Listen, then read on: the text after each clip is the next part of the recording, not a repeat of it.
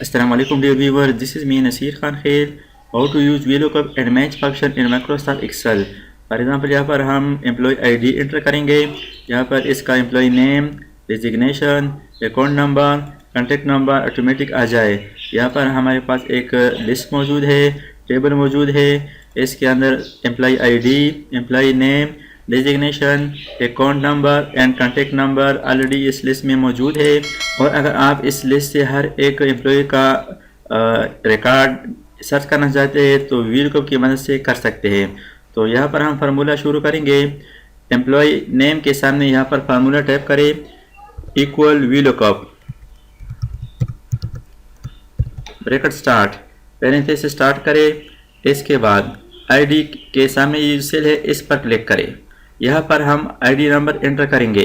ID number की बुनियाद पर एम्प्लॉय नेम और डिजिग्नेशन, कॉन्टेक्ट नंबर यहाँ पर आ जाएंगे। इसके बाद F4 प्रेस करें ताकि ये एरिया, ये आईडी जो सेल है ये लॉक हो जाए। यानी हम यहाँ पर इसी जगह पर आईडी नंबर एंटर करेंगे। कामा टेबल पर जाए जहाँ पर आपका लिस्ट मौजूद है, तमाम रेंज को सेलेक्ट करें। इस रेंज को सेलेक्ट करने के बाद F4 प्रेस करें, सिंगल कामा लगा लें। इसके बाद यहाँ पर कॉलम नंबर देंगे। VLOOKUP वर्टिकल यानी कॉलम की बुनियाद पर काम करता है।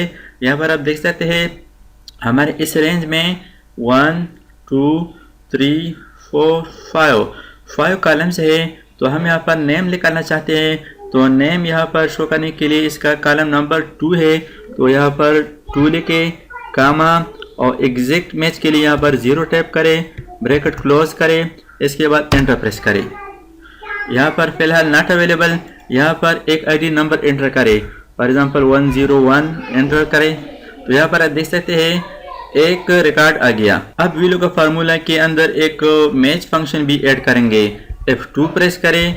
F2 प्रेस करने के बाद ये जो 2 है ना, कॉलम की नंबर 2 है, इसको रिमूव करें। अब यहाँ पर टाइप करें मैच ब्रैकेट स्टार्ट। इसके बाद एम्प्लॉय नेम इस जगह पर क्लिक करें और कीबोर्ड से F4 प्रेस करें, लेकिन यहाँ पर सिर्फ ए वाला जो हिस्सा है ये लॉक करें। इसके बाद कामा, इसके बाद वही टेबल पर चले जाए और ये जो हेडिंग है इस हेडिंग को सेलेक्ट करें, ID, employee name, designation, account number, contact number. F4 press करें, comma 0 bracket close. Formula bar में फार्मूला आप देख सकते हैं। इसके बाद एंटर प्रेस करें।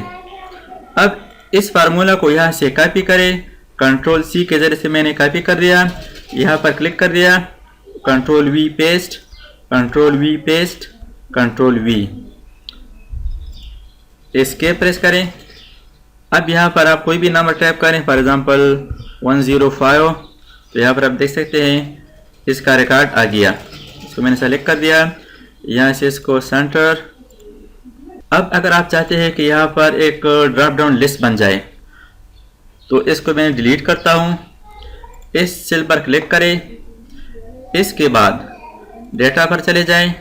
डेटा टैब के अंदर डेटा वैलिडेशन, यहाँ से डेटा वैलिडेशन पर क्लिक कर दें।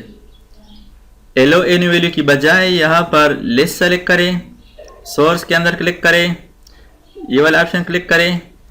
इसके बाद वो रेंज पर चले जाएं, यहाँ से आईडी रेंज सेलेक्ट करें ताकि यहाँ से ऑटोमेटिक आईडी लिस्ट बन जाए। इसको फुल साइज करें, इसको ओके कर दें। अब यहाँ पर आप देख सकते हैं एक सर्चेबल ड्रॉप डाउन लिस्ट बन गया। इस लिस्ट से आप आसानी के साथ किसी भी एम्प्लॉय को एंटर कर सकते हैं। यहाँ पर आप देख सकते हैं 101, 103। तो इस तरीके से आप माइक्रोसॉफ्ट एक्सेल में आसानी के साथ एम्प्लॉय रिकॉर्ड को सर्च कर सकते हैं। Thanks for watching. अल्लाह हाफिज़।